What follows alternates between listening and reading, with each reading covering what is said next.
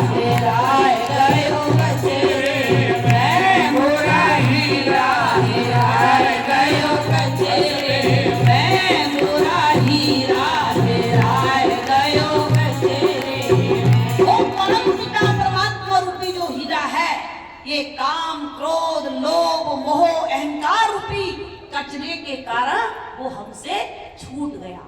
लेकिन संत महात्मा आवाज दे रहे हैं कि आप अपने परमात्मा रूपी हीरा को जानना चाहते हो, उससे मिलना चाहते हो, उसे अपने हृदय में देखना चाहते हो तो इतवार में संडे में आप आश्रम में आ सकते हैं।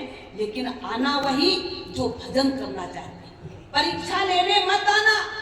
कहीं तुम परीक्षा लेने पहुंच जाओ कि देख आए क्या होता है। परीक्षा लेने चली गई सती जी, सती परीक्षा लेने गए थे कि नहीं भगवान की, तो परीक्षा में पास हुए कि पहल क्या हुए, कुल सहित नाश हो गया। अपने शरीर को यज्ञशाला में जलाना पड़ा और पूरा परिवार तहस नहस हो गया। कैसे हुआ था? परीक्षा। भगवान शिव से त्याग पत्र मिला, परीक्षा लेने गए थे। अब आप बताइए, आदि शक्ति भवानी परीक्षा लेने गए तो सब तहस नहस हो गया, और हम परीक्षा लेने जाए तो हमारा कुछ बिगड़ेगा तो नहीं ना? बोलो, परीक्षा के भाव से मत आना। अगर भाव है भजन का, भाव है उस परमात्मा को अपने हृदय मंदिर में जानने का, देखने का, उसके ध्यान का, सुमन का, तो आप आ सकते हैं।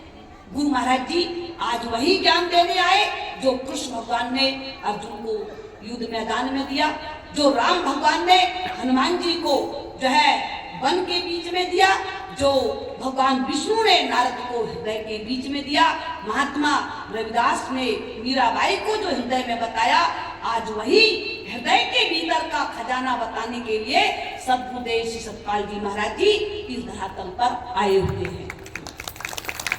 आने वाली 24-25 होली का पर्व जिला गाजियाबाद में मुरादनगर में, जो आपके बिल्कुल नजदीक है, वहां पर होने जा रहा है, जहां गुरु महाराज जी स्वयं विराजमान रहेंगे।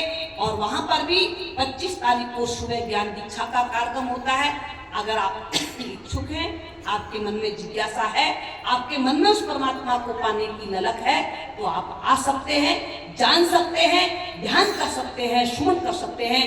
आज ये जो कार्यक्रम रखा गया 2 दिन का, इन भक्तों को सबको हम ताली बजा के बधाइयां दें। बहुत बहुत बहुत बधाइयां हैं। और बधाई केवल इन भक्तों को नहीं, बधाई इनके जन्म देने वाले माता और पिता दोनों को ही ताली बजा के बधाइयां मिलनी चाहिए। बहुत बहुत बधाइयां हैं। परमात्मा बहुत बहुत उनकी जिंदगी में सुख दे, आनंद दे, शांति दे। क्योंकि धन का होना जो है सबके पास होता है, धन सबके पास है, लेकिन धन को धर्म में लगाने की जो हिम्मत है वो सबके पास नहीं होती है। वो कोई बिरला होता है, कोई पुण्य आत्मा होता है। कह रहे खाया पिया अंग लगेगा, खा लिया पी लिया अंग लगेगा, और कहा है खाया पिया अंग लगेगा, और दान किया तो संग चलेगा। अगर दान खुद कर लिया तो साथ जाएगा, और बाकी सब पे जंग लगेगा। बड़े बड़े किले देखो, किलों में जंग लगा हुआ है, घास लटका हुआ है, कबूतर आवाज कर रहे हैं।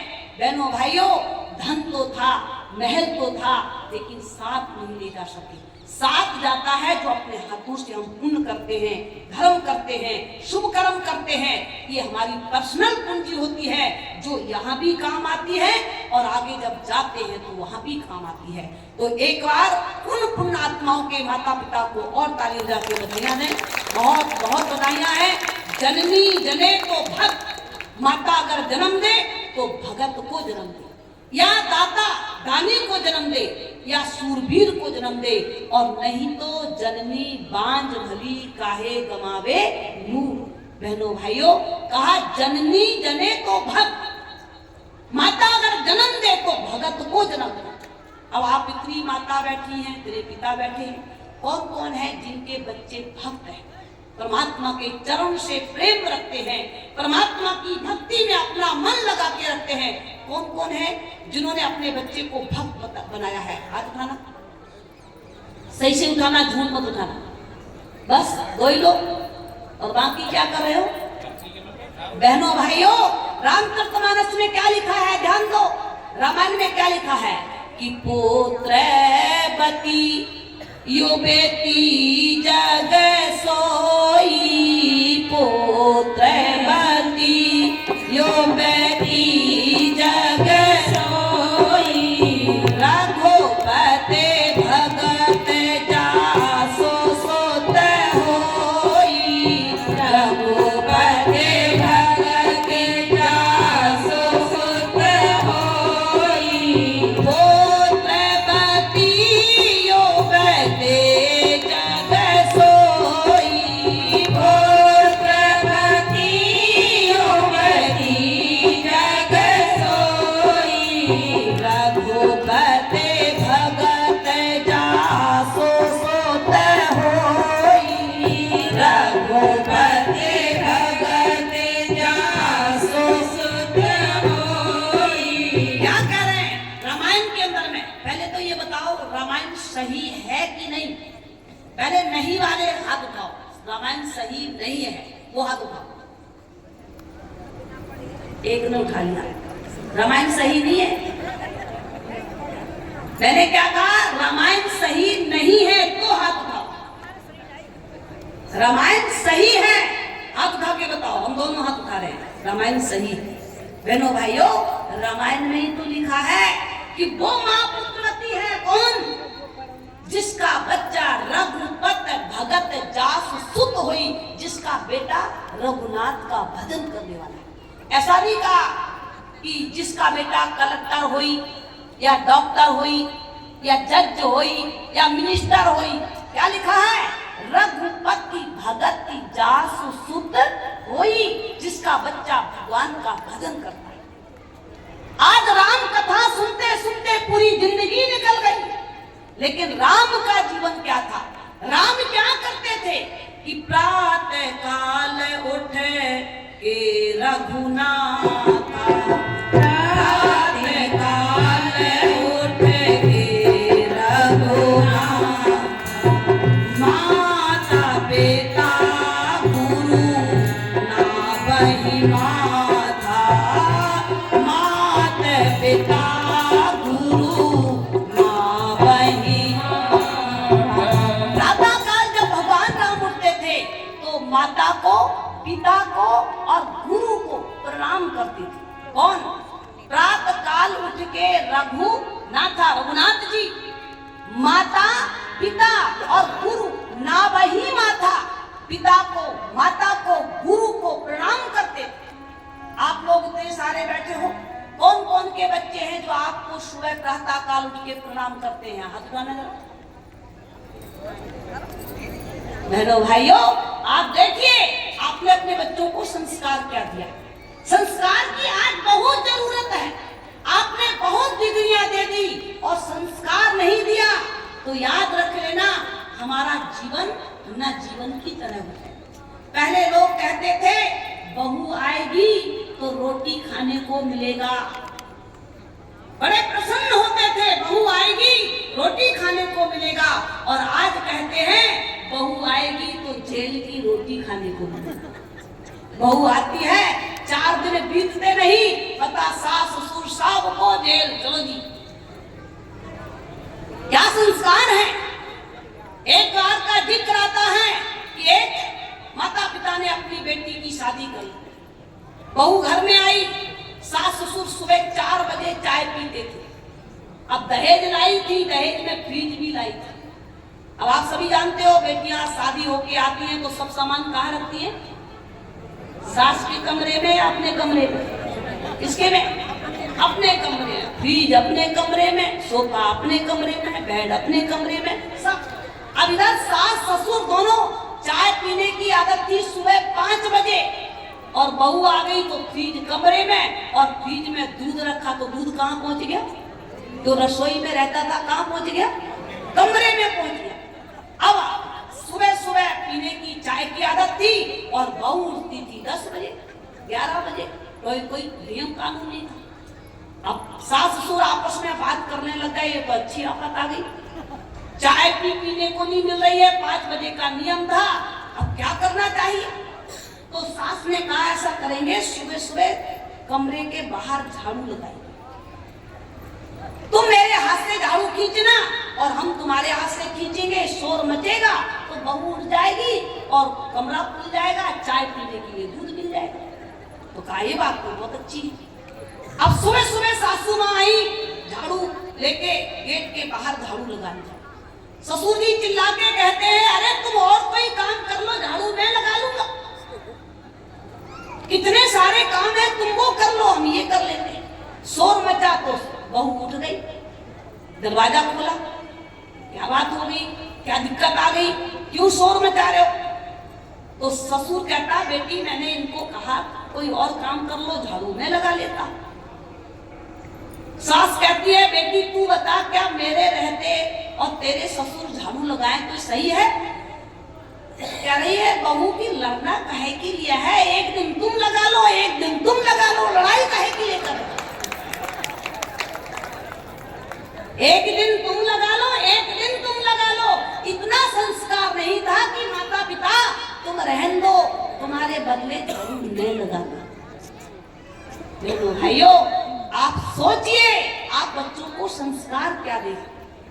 भगवान राम सीता माता की जब शादी हुई तो उनकी माँ सीता माता की माँ कहती है कि बेटी आज से तेरा घर राम का दरबार होगा, ये घर तेरा नहीं है। कोई भी दुख मिले सुख मिले कभी यहाँ आके बताना मत। आप बताइए सीता माता के ऊपर कितना कष्ट आया, 14 वर्ष वनवास रहे, लेकिन क्या अपनी मम्मी को फोन किया? बोलो किया? और आज फोन साथ में पकड़ा देते हैं, बेटी कुछ भी बात हो तुरंत बताना मैं आके देख लूंगी। और जब आपने ऐसा सिखा के भेज दिया कि मैं देख लूंगी तो बेटी तो 4 नंबर आगे चलेगी ना। आप पहले सिखा के भेजे कि बेटी ये घर के माहौल और हैं, उस घर के नियम कानून कुछ और होंगे, थोड़ा टाइम लगेगा मिक्सअप होने में, घबराना नहीं, चिंता नहीं करना। बेटी दुख सुख कोई भी आए तो थोड़े दिन सहन कर लेना। अब आप बताइए जब आप ऐसी शिक्षा कह के भेजेंगे बेटी को तो क्या बेटी उस घर के अंदर में जाके तुम्हारा नाम खराब करेगी क्या? वो तुम्हारे नाम पर 4 चांद लगा देगी, तुम्हारे नाम को जो है उज्जवल कर देगी, तुम्हारा इतिहास रच देगी। लेकिन थोड़ा समझाने का संस्कार माता और पिता को देना पड़ेगा।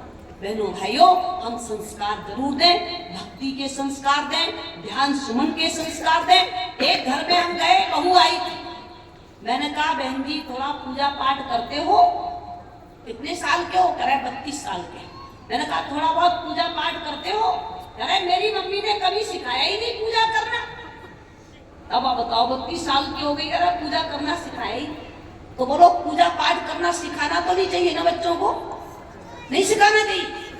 आप लोग जरूर सिखाएं बच्चों को, भगवान के मंदिर में प्रणाम करना सिखाएं, रामायण गीता अगर है तो उसका पाठ करना सिखाएं, पूजा आराधना करना सिखाएं, बड़ों का सम्मान करना सिखाएं। ये संस्कार माता पिता को बच्चों को जरूर से जरूर देना चाहिए। वो देना चाहिए कि नहीं?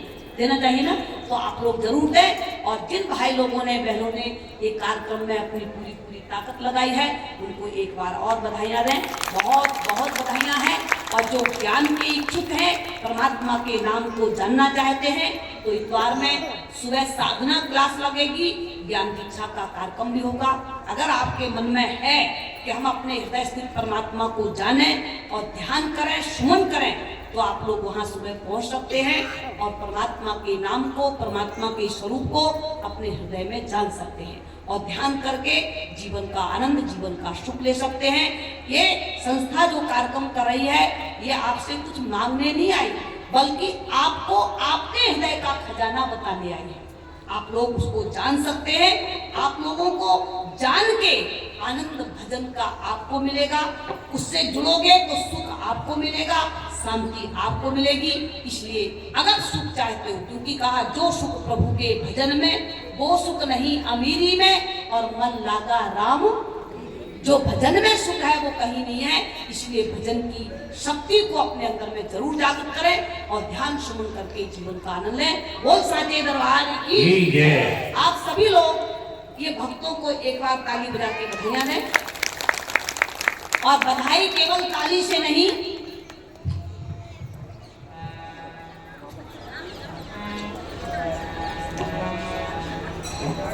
हमारे बीच में ओपी शर्मा जी आए हुए हैं, वो 2 मिनट समापन के लिए आपको 2 शब्द विचार रखेंगे। आप उनके विचारों को बड़े ध्यान से सुने। बोले आनंद कंद भगवान की, साचे दरबार की। आश्रम का एड्रेस एक बार और सुन लें। आश्रम गोपालगढ़ में है और हर इतवार में वहाँ सत्संग होता है सुबह 11 बजे से 3 बजे तक। आप सभी लोग वहाँ आमंत्रित हैं। सत्संग को आप श्रवण कर सकते हैं और सत्संग गति, मति और भला ये सब को देने वाला है, इसलिए सत्संग से प्रेम जरूर रखें। रामचरितमानस में लिखता है, मति कीर्ति गति भूत भलाई, जब जही जतन जहाँ जो पाई, सो जानव सत्संग प्रभाव। सत्संग से के प्रभाव से मति मिलती है, गति मिलती है, भला होता है। ये सत्संग हमारे जीवन का कल्याण कारक है, तो सत्संग से हमारा प्रेम अति अनिवार्य होना चाहिए। बोलिए साचे दरबार की। सभी लोग आरती के बाद सभी के लिए प्रसादी तैयार है, आप लोग प्रसादी ग्रहण करके ही यहाँ से जाएंगे। सभी लोगों के लिए व्यवस्था है, आप सभी लोग भोजन प्रसादी ग्रहण करके जाएंगे। ओपी शर्मा जी जो हैं वो दाऊ जी मंदिर के अध्यक्ष जी भी हैं। आप जो है